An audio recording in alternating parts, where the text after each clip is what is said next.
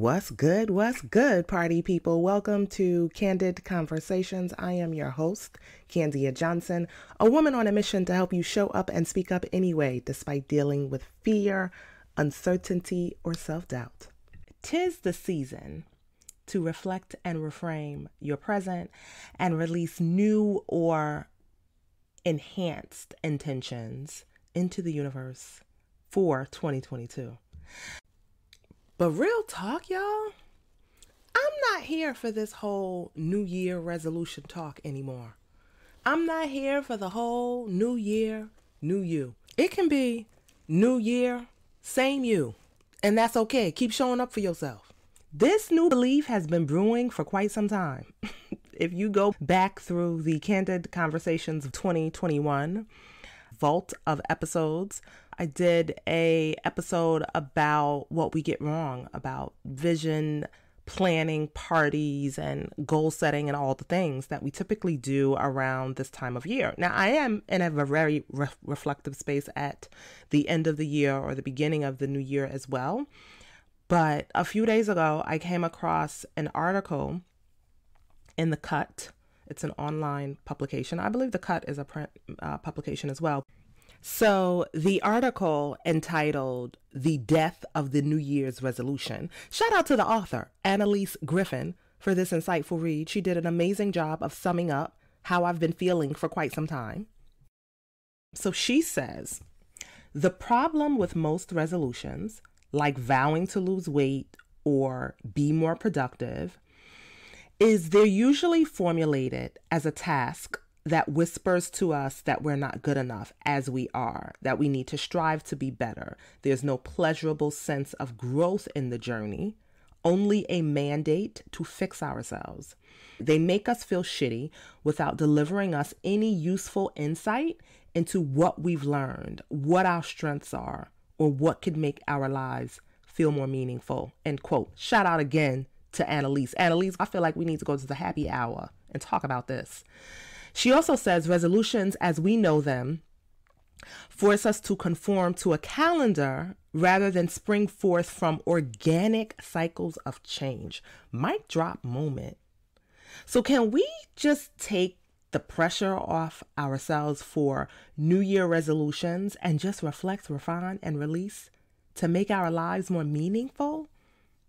So for me, when you talk about reflecting comes down to developing a deeper level of self-awareness. Self-awareness is the first step to enhancing all areas of your life.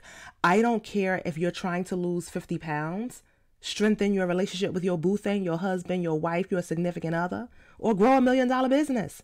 It starts with taking an assessment of your habits. It starts with being aware of your BS. If you're new to the Candid Conversations podcast, your BS is your belief system, okay? It's your lies and excuses you tell yourself for why something can't happen. It's your feelings, thoughts, and behaviors that are no longer serving you. So it's looking at where you want to be, but then it's realizing how you're showing up in these streets, how you are showing up in the workplace, how you are showing up in your friendships, how are you showing up in your community, and who's showing up for you. And so today, I want to share some questions to help you reflect on this year and plan for an unstoppable 2022.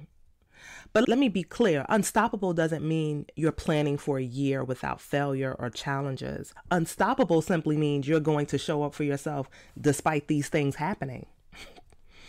So the other day, someone asked me, she said, Candia, did you have a good or bad year? My life is far from perfect, but I've shifted from calling things bad to calling things challenging. Sometimes I'll say things are a work in progress because on the one hand, you really never know what's bad. Sometimes tough times shape you into stepping into that next best version of yourself. Sometimes the tough times helps you to figure out your boundaries, things you don't like, or your core values. Another perspective is sometimes when we label our experiences as bad, we limit the perspectives and opportunities that we can learn from them or that we can create from them. I came across an interesting quote by Ludwig Wittgenstein. I'm probably chopping up this man's name, okay? But y'all get the point. Charge it to my heart.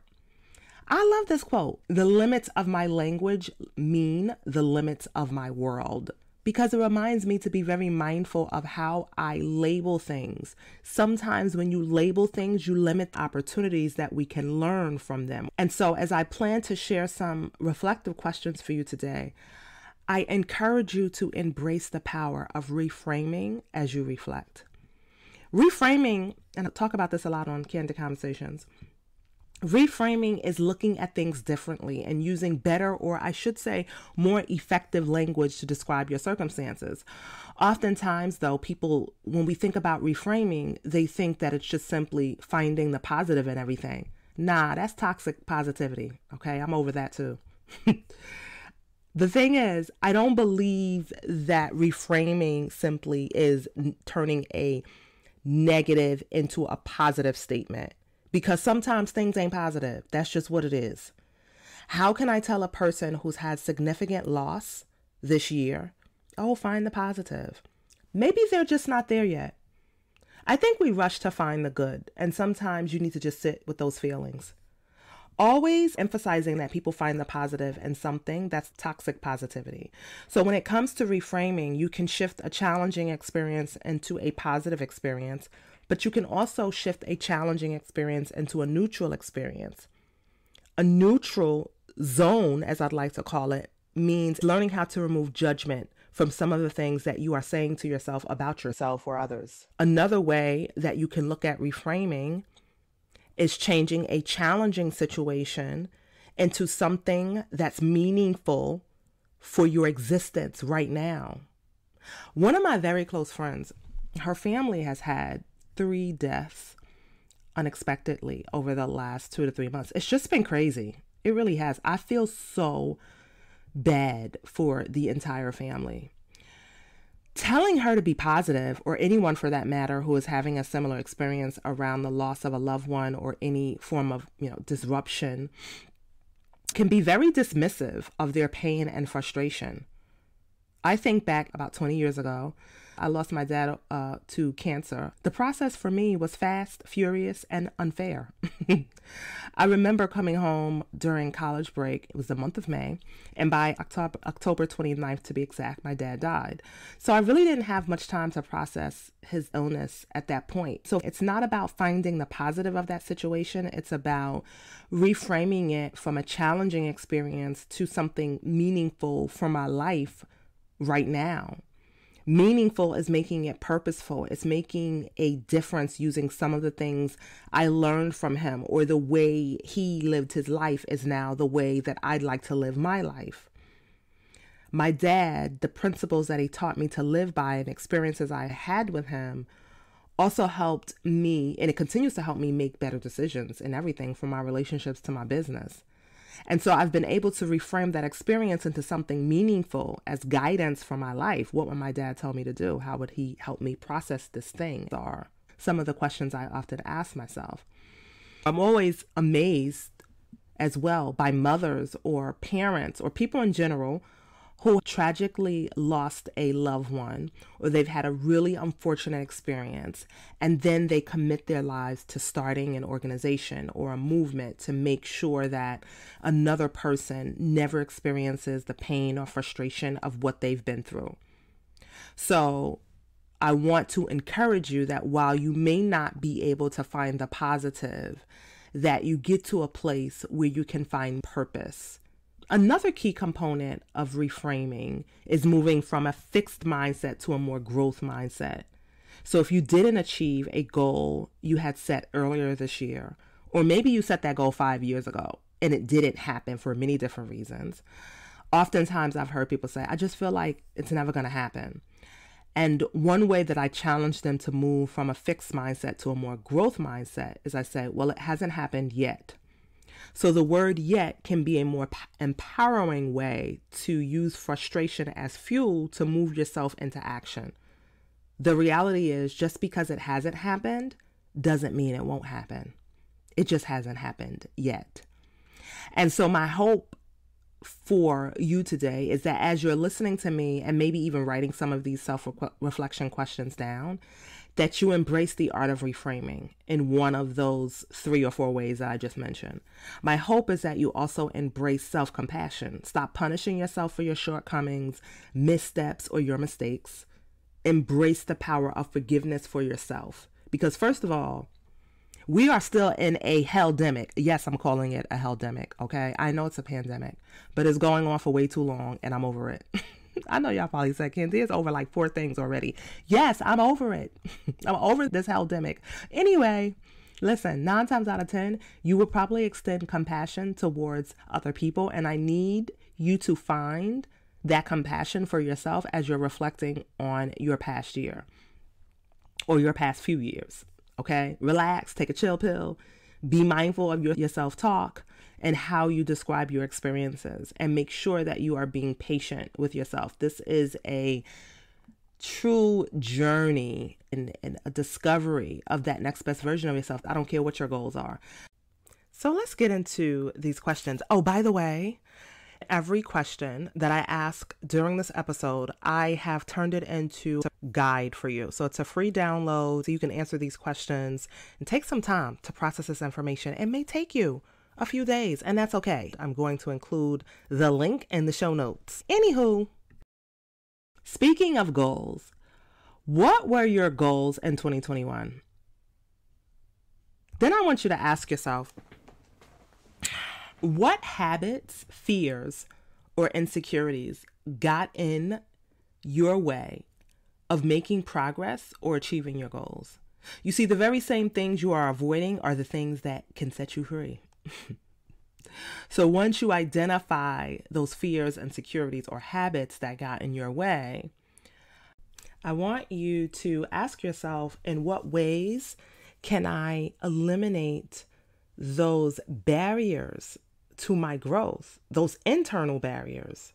Because that's the thing when it comes to these barriers to our goals. It's really not about the goals per se. It's about the growth. It's that process that we want to focus on. And typically when we're thinking about the barriers, it's lack of pride, it's ego, it's self-talk, it's those things that are barriers within you that are stopping you from achieving those things that you desire outside of you. More than likely, those are the barriers to your growth. So if someone were to tell me a lack of support is a barrier to my growth, you may have a desire to feel a sense of belongingness. And so my advice to that person would be, you need to find a community. You need to find your tribe of people who are like-minded, who are striving for some of the similar experiences, or they have some of the same challenges, or they've encountered similar experiences that you are growing through right now, so that you can feel that sense of belonging and that you can feel supported through your goals. The next few questions I want you to ask yourself is, what were your lessons in 2021? What were your lessons from failure? What were your lessons from success? What ways can you use those lessons to make a difference? A difference not only in your life, but in the lives of others. Sometimes simply sharing your story is a way to make a difference. Sharing your stories of lessons learned from this year to the following year is making a difference in the life of another person. Asking or figuring out what activities brought you the most joy. Who brought you joy? Sometimes it's not what, but who. Who is bringing the joy? And how could you create more of those moments in 2022? So if you have friends who brought you joy, like I have 2 of my good college friends, and we don't see each other near enough. It's the 3 of us, so Londa and it's Tony. And the other day I was texting that's one of them. And she said, hopefully we can see each other more this year. And I'm realizing now, and I'm looking at the text, y'all, I ain't text you back. You know to charge it to my heart. Anywho.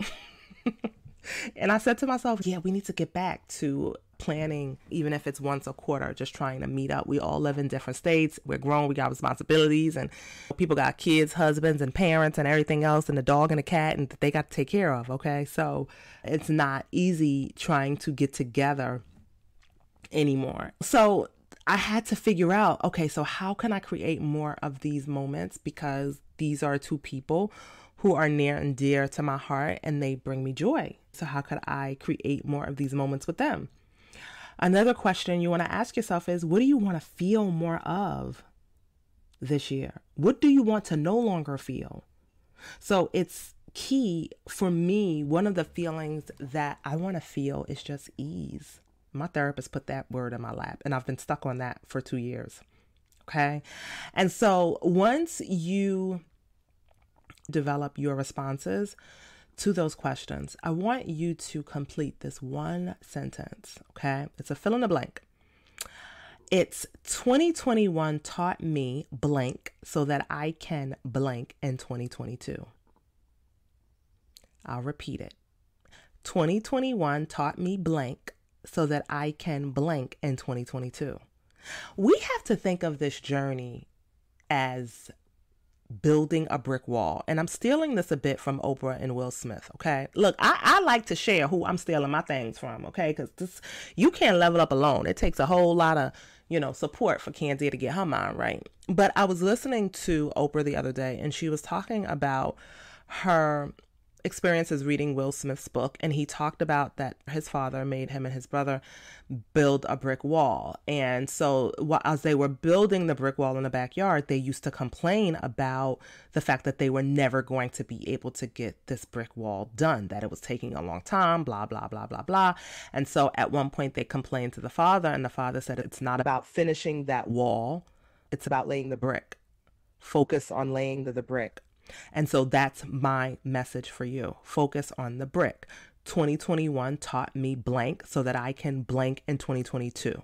You're simply building bricks. A few episodes back, I talked about one of the best pieces of advice my therapist gave me, and that was, there is not better than here. And so it's so very important that I remind myself at times, and that you remind yourself at times, that it's not about the wall, it's about the brick. It's not about there, it's about here. What's the lesson, and how can you use that to fuel your actions and to create new possibilities and to create a more meaningful life for yourself? And on top of everything else, sometimes it takes you 3 to 4 to 10 years to accomplish one goal, and that's okay. Sometimes your goals your goals from 2019 are still your goals for 2022, and that's okay. We have to get ourselves in the habit of understanding that your goals is just a continuation. It comes down to asking yourself, what do I need to start, stop, and continue? And that's what I've said to myself over the years as goals haven't fit within that 12-month calendar. It's looking at the same old goals I had 2 years ago or 3 years ago and saying to myself, okay, what do I need to start, stop, and continue? What's no longer serving me? What do I need to do less of? What do I need to do more of? The other evening, I posed this question to my group members in She Deserves More, my Career Confidence and Leadership Visibility program. I asked each of them, I said, how would you describe the person you were a year ago versus the person you are right now? Because for me, we get in the habit of measuring ourselves by things that happen in the outside world. But focusing on your internal glow up is another factor to consider while you're reflecting. Learning to celebrate even the shifts and perspectives is something to acknowledge. What is it that you no longer believe? What is it that you now believe for yourself? Okay, so when I think about the person I was in 2018, I was making decisions from a place of scarcity, especially financially. A scarcity mentality sees limitations instead of opportunities. I was undercharging. I was undercharging because I believed that if I charged more, the potential client may not hire me, and then I wouldn't get another client. So my mentality was that it's better to have any client than no client at all. Lies, I told myself. Now I have this crazy unapologetic energy that I am worthy whether I'm working or not. I have this energy around the fact that if it's not going to be you that's going to pay this price, it's going to be someone else. I know the value I bring. I have a track record of not only changing minds, but lives as well. So my internal glow up has come from asking myself one question when I work from the scarcity mindset. Because listen, I'm not perfect. Sometimes I may go back a little bit. I take a few steps back. But then I ask myself, what would the Candia 3 years from now or 5 years from now do? If there's a hell of a difference, I rock with the decision that Candia in the future would make versus Candia in the present would make. Another internal glow up for me is I've been very intentional about not beating myself up. And that stems from learning how to have a more effective conversation with myself. And it's taken me years, y'all, for me to handle that inner mean girl. That title came from my therapist. Like, girl, we got to get a handle on her because she was out of control, y'all. I used to beat myself up about how long it took me to do things. It took me years to surrender and quiet my mind around what I thought I should be doing based on society's measure of success or look of success. It took me years to lean in to what I was being called to do personally and professionally. And I realize now that my timing doesn't have to look like everyone else's, and that's cool. And let me be clear, surrender is not about giving up or losing anything. It's simply saying, this is what I have, and this is how I'm going to work with what I have for now. Ultimately, I want you to understand that the transformation that happens inside is just as important as the transformation that happens on the outside. So now let's talk about your release of new or more refined intentions and desires for the new year. So start with making a list of everything you want to happen in 2022. Okay, just let your mind run free, right? Don't confine yourself. It's so important, though, that when you make that list, I want you to keep it real with yourself in identifying the source of that desire. Because the thing is, when we start thinking about some of the things that we want to do, some of the things that we want to happen, we have to make sure that those things are not tied to you wanting to gain approval or validation from strangers, your husband, your mother-in-law, your friends. It's so hard, I know. But you have to be careful that you're not putting out this work because you want to feel worthy or good enough and that you want approval or validation from other people.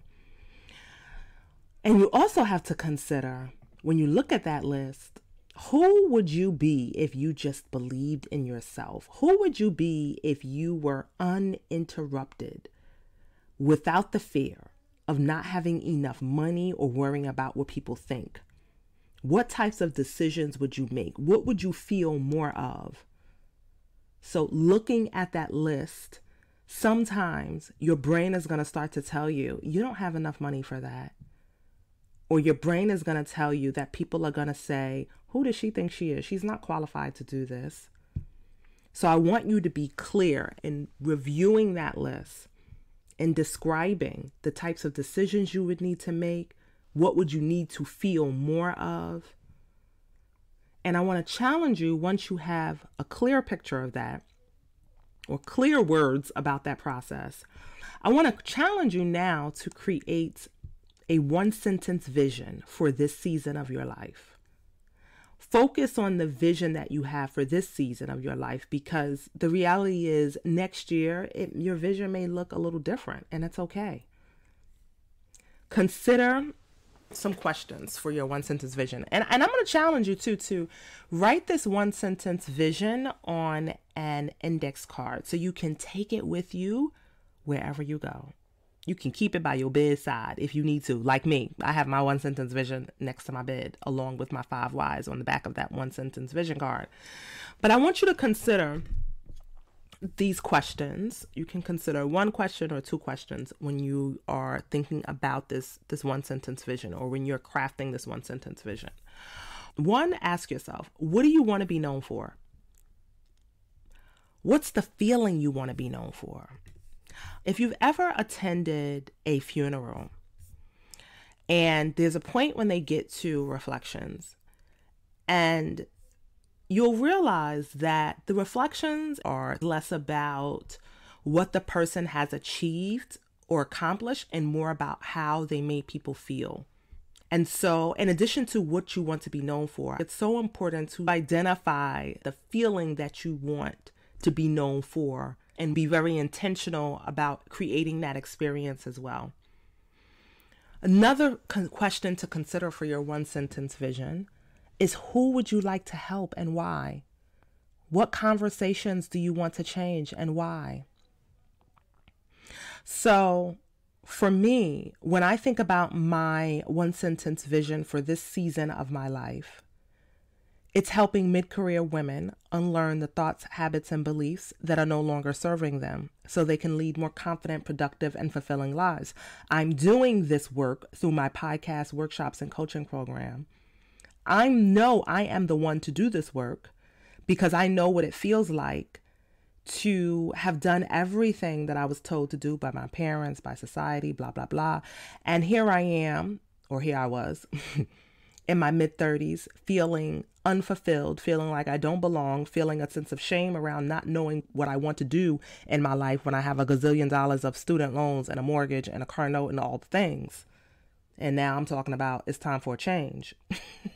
But anywho, for me, that one sentence vision, along with why I'm the one to do this work and how I'm going to do this work, becomes the intention and structure that I need every single day. And so that one sentence vision can help you through those moments when you wake up in the morning and your brain says, what are you doing? And why are you doing this again? Are you sure you're cut out for this work? What makes you think you're cut out for this work? So then you can go back to that one sentence vision and remind yourself of who you are, what you're made of, and your purpose for being here. And let me be clear, your purpose is in the pursuit of that one sentence vision. That's your purpose. Your purpose is not an outcome. Your purpose is found in the pursuit. And so once you have that one sentence vision, it's about looking at it weekly, every other day, or just as many times as you need it, and making sure you now have a structure for how you are going to live by that vision every single day. So you want to ask yourself, what are the tasks that will support that vision every single day? Even if you don't know what that is going to look like all throughout the year, you probably know that week. What are the things that I can do every single day that's going to support that vision?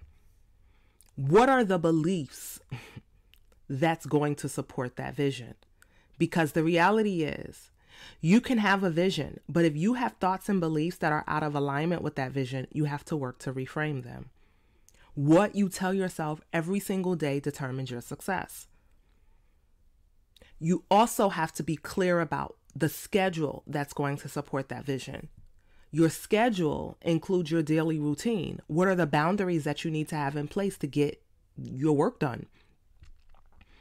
Do you need to have a talk with your significant other, your children, have a talk with your friends about your availability? What are the resources that you need to invest in that's going to support your vision? Who are the people that's going to help you support that vision? Is the financial place that you're in right now, is it enough to satisfy your vision that you have for your personal and or your professional life? If not, what are the finances that will support that vision? It's important to lay that all out, because I know for me, once I became clear about my vision, and then I became clear on some of the resources and the impact that I wanted to have for a certain group of people, I realized that I couldn't go back and charge willy-nilly low prices, that I had to increase my rates, that I had to do a more effective job at maybe adapting my value statements. So it's really important that you have an understanding around the resources, the people, and the schedule that's going to help you turn that one sentence vision into reality. So that's it for reflecting, reframing, and releasing today, party people. If any parts of this episode touched your heart, drop me a comment on Apple iTunes and let me know how this episode resonated with you. You can also hit me up on the DMs. I love to play on Instagram at Candia Johnson. Okay, you got this. Talk soon.